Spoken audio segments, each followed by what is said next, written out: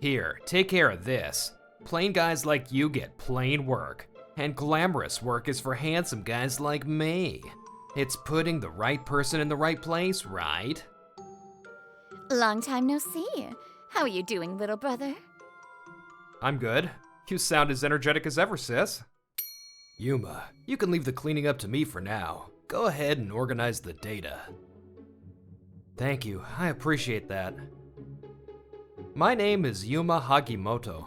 I'm a 27-year-old researcher here at L&V Chemical Fiber Industry. That was my senior colleague, Haruki Kuritani. He's a reliable, flamboyant senior who's popular with everyone. He's not only good at his job, but also incredibly observant. He noticed I was taking a breather and called out to me right away. Just need to input this data, and then the hypothesis for this experiment is... After my break, I moved to my desk in the development department to work on my PC. Still doing the same old boring work, huh? It suits a plain guy like you. The great and kind me has brought you some work. This condescending guy who brought me something that doesn't benefit me at all is Mitsuru Hatamoto. He's a year older than me and works in the STAR department, sales and PR. He's considered handsome, so I hear he's popular with people who don't know him well. He rarely comes around, but he was scheduled to visit today to ask about some technical matters. Here, take care of this. Plain guys like you get plain work, and glamorous work is for handsome guys like me. It's putting the right person in the right place, right? No thank you. Huh? You think you can talk to me like that? I do. Besides, there's no reason for me to do it since we're in different departments. More importantly, could you get your actual reason for being here? You little. Excuse me, Haruki, about this project. What are you two doing? I was just having him show me some data. I apologize for the scene. Hatamoto was trying to force me to create documents for him, even though we're in different departments. You bastard. Hatamoto! Oh, come on. I was just asking him to help out as part of a proper division of labor. If you could truly call it a division of labor, I wouldn't say anything. Like Yuma said, you're in different departments, aren't you? That's not dividing labor. That's just dumping your work on someone. Is that so? Well, I'll drop it for now then. More importantly, Mio, instead of talking about work all the time, why don't you go for a drink with me? No, you really need to... My, I thought it was getting lively over here. Mio, you were here? Oh, now that I look, you sent me an invitation. Sorry for the delay. You shouldn't frown like that. It'll ruin your beautiful face. Haruki, actually... Oh, it's fine. I get the gist of it, and I won't make you say anything that'll just stress you out. Saying that, Haruki casually stepped between Mio and Hatamoto. With his looks, he's handsome. No, a handsome queen. Honestly, the tension in here is thick enough to cut with a knife. A chemical reaction is much more constructive than a fight, don't you think? As Haruki said that and laughed, the atmosphere in the room softened. That's another amazing thing about him. He glanced at Hatamoto, who looked like he'd bitten into something bitter, and gave a cool, confident smile. A man who troubles a girl and makes her look bad isn't a good man. He's just an idiot. Now get out of here. Excuse me. Being called an idiot to his face made Hatamoto's face flush red with shame. In the end, he fled the office without asking a single thing. Honestly, thank you for your help, Haruki. Yuma, I'm so sorry. It's not your fault, Mio. That's right. There's no need for you to apologize, Mio. By the way, does he pull stunts like this in the sales department too? No, I don't think so. I wonder why he'd specifically target Yuma. Well, he can't come here often anyway, so it was only once in a while. It wasn't really a big deal. What? So this wasn't the first time? I'm so sorry. I'll give him a stern talking to. No. I always turn him down, so really, it's fine. Her beautiful face suddenly drew close, making my heart pound. I can handle Hatamoto, but I'll never get used to this. Hey now, you're making Yuma uncomfortable. Anyway, we should get to our meeting. At Haruki's words, the two of them immediately changed the subject. They're both so cool and respectable. And that's precisely why it stings my heart to see how good they look together. The truth is, I've been secretly in love with Mio.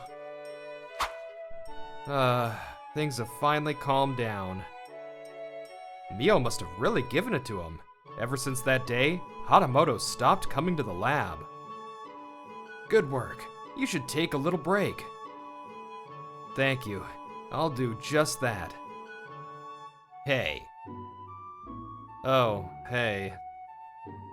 It's been a while since I've seen him. The development department's office is full of confidential information, so you generally need permission to enter. It seems that after that incident, he was banned from entering alone. Now he needs an escort, even when he has business here. As I was heading for a break, thinking about how important it is to protect our information, my phone rang before I could even buy a drink. Hello? Long time no see. How are you doing, little brother? I'm good. You sound as energetic as ever, sis. Well, more or less. You busy lately? If you're free, let's go for a drink soon. Sounds good, let's do it. But this is rare. Are you inviting me out? I have to see my little brother's face once in a while. Besides, there's something I want to talk to you about. Huh? Alright. And so, that Friday, the same week I got that call, I had plans to meet my sister after work today. My, Yuma, that's a nicer shirt than usual. The tie looks good on you too.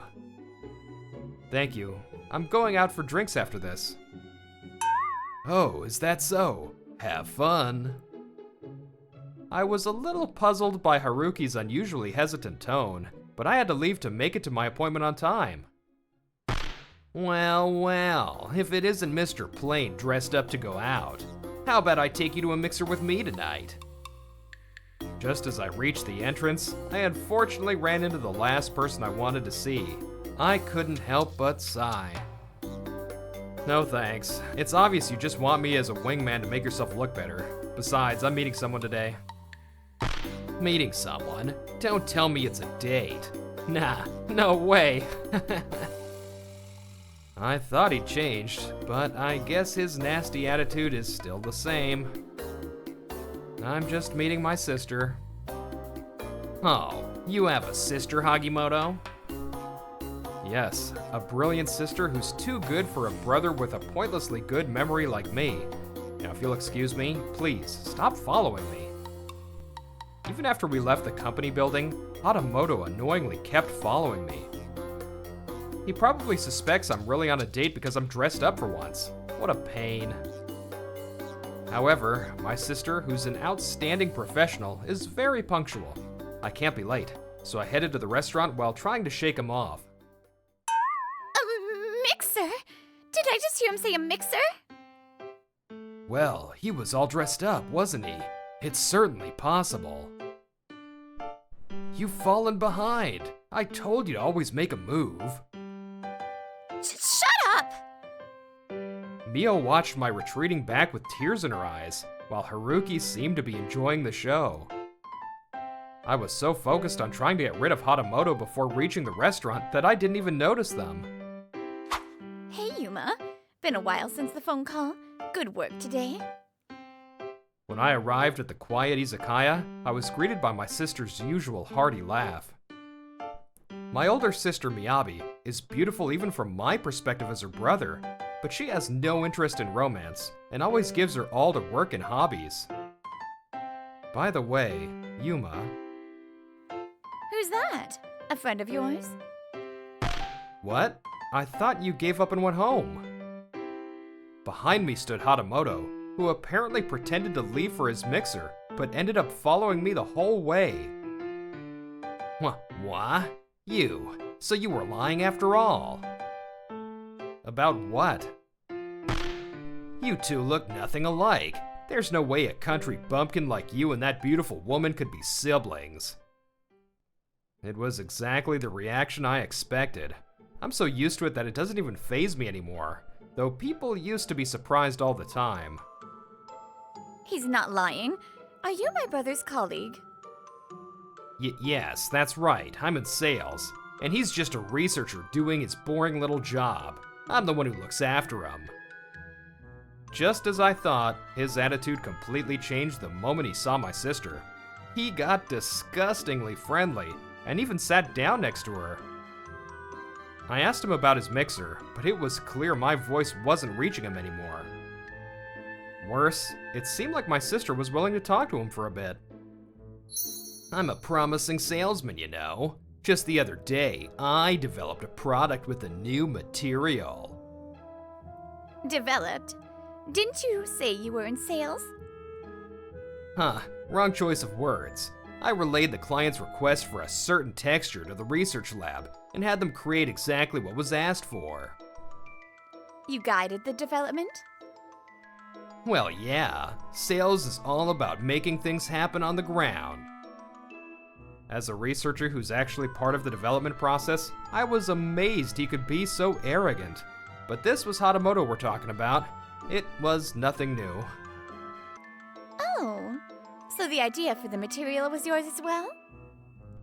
Well, the idea came from working hand in hand with the client. We did something amazing recently. The development of a new texture fabric. A project sales brought in directly. That's confidential company information.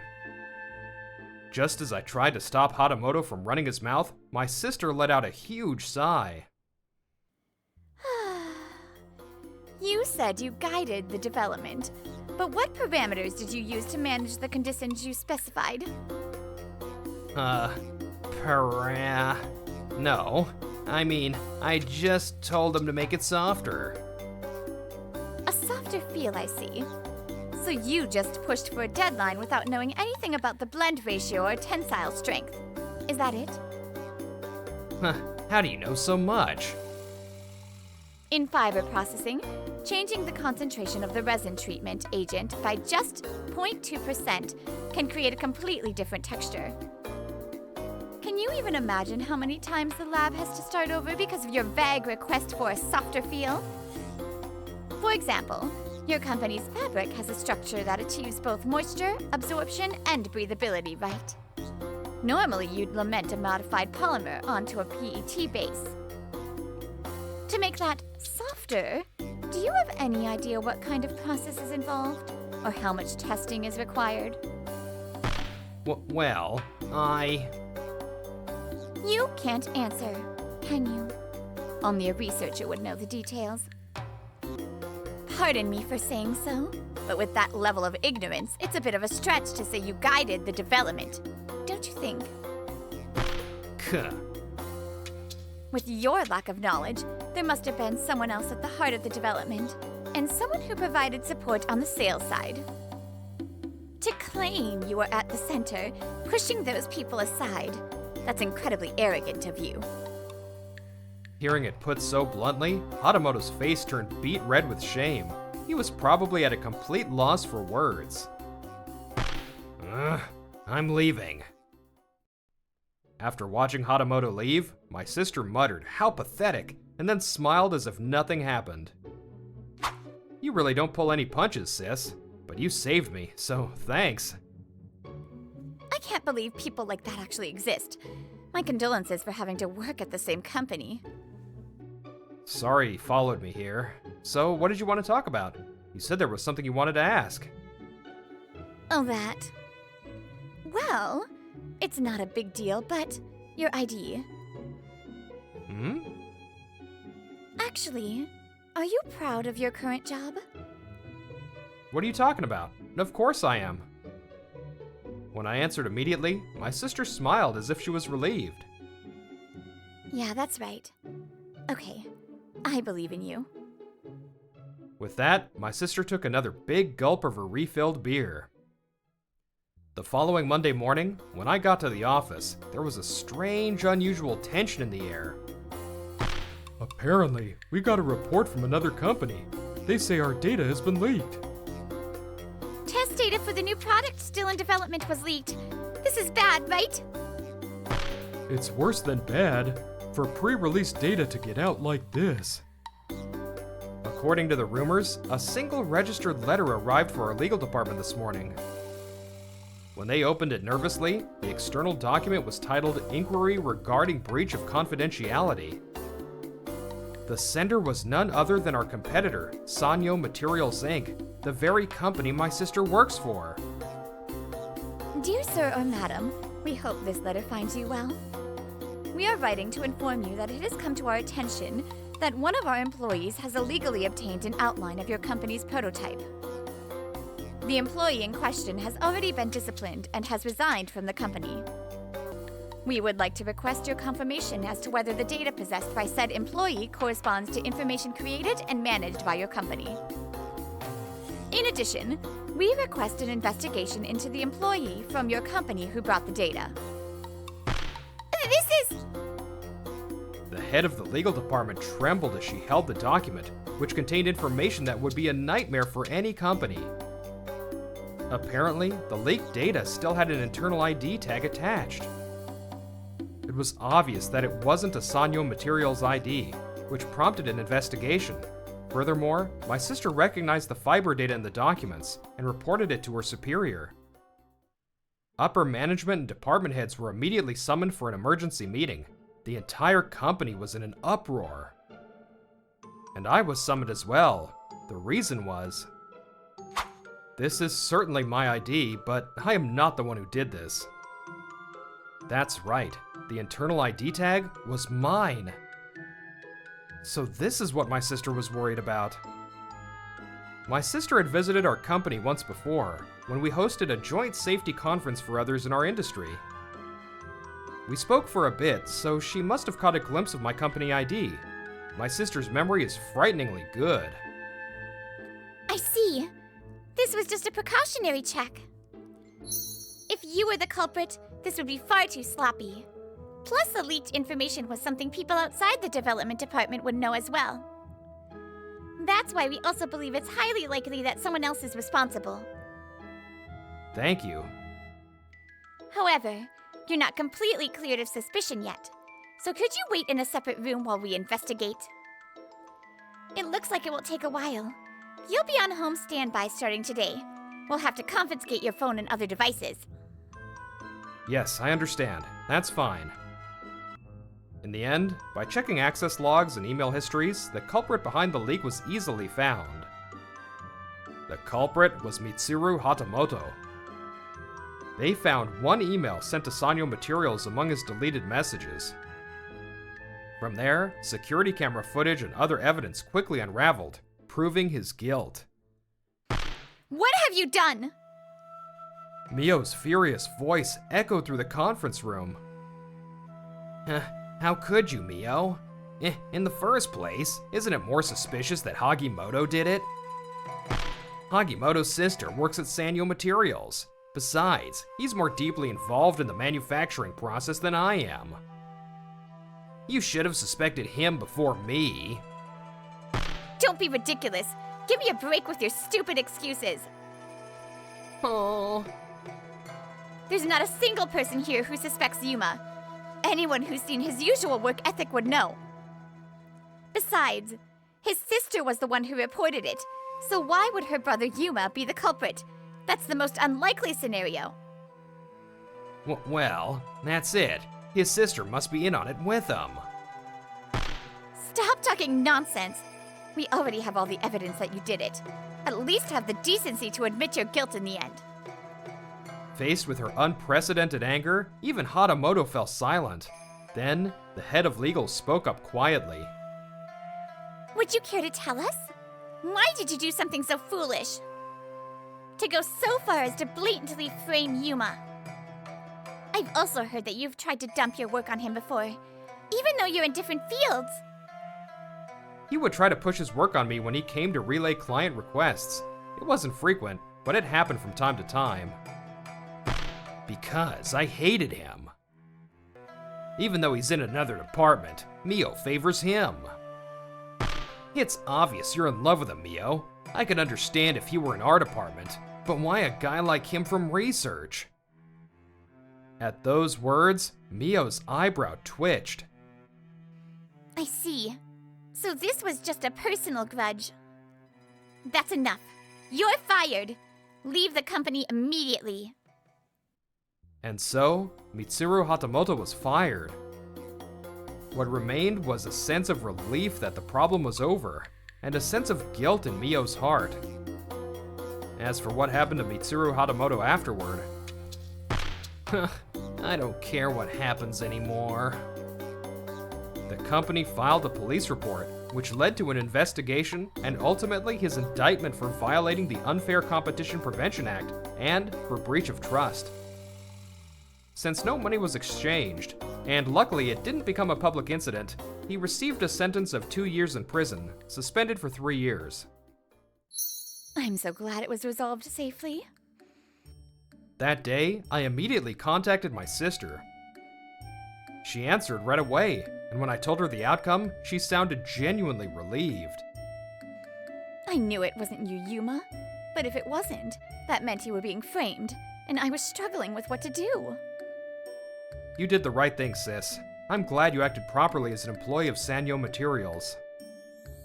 Seeing your face gave me the resolve I needed. Thank you. Yuma, let's both do our best. Yeah.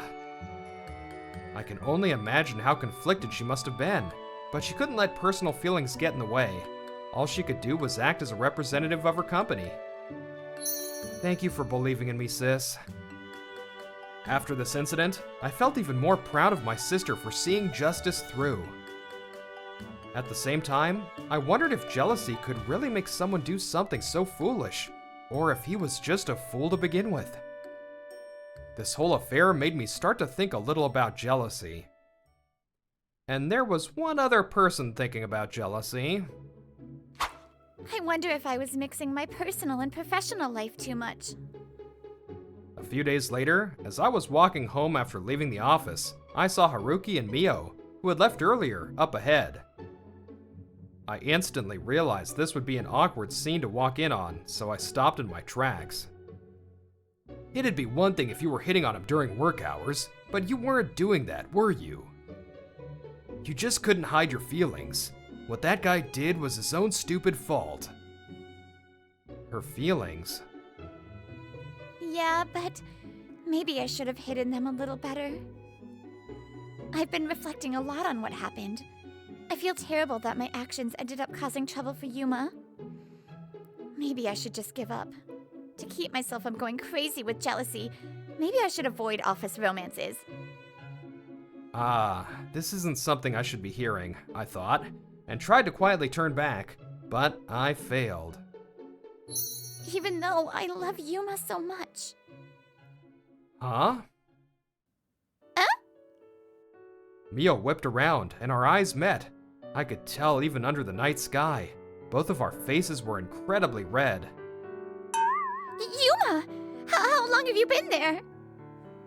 I'm sorry. I was on my way home and saw you two, and, if I didn't mishear, you said you love me? Isn't the person you love Haruki? Haru? No. Haruki is my cousin. That's why we're so close. That's right. That's why I was giving Mio love advice. But, well, she was always careful to keep things professional around you, so I can see how it might have been confusing. Really? Well, in that case, if there's a chance for me, will you go out with me? I love you, Mio. I was always so jealous of how close you were with Haruki. I thought I didn't have a chance, so I just watched from afar. But if it's okay for me to take a step forward, I want to be your boyfriend. Yes, of course I'd love to. I'm happy for you two. Love is a complicated thing. When you think the person you like might like someone else, everyone feels at least a little jealous. And if that love is absolutely unattainable, where do those feelings end up? By the way, Yuma, what happened with that mixer? Huh? Oh, no, I didn't end up going. I was meeting my sister that day. Even if you feel like you're going crazy with jealousy, you must never hurt the one you love. Not only should you protect the person you love, but you'll also tarnish your own beautiful feelings of love. Hello, Brittany here. Thank you so much for watching. I hope you enjoyed this episode. Make sure to like and subscribe, my lovelies, and I'll see you next time. Bye!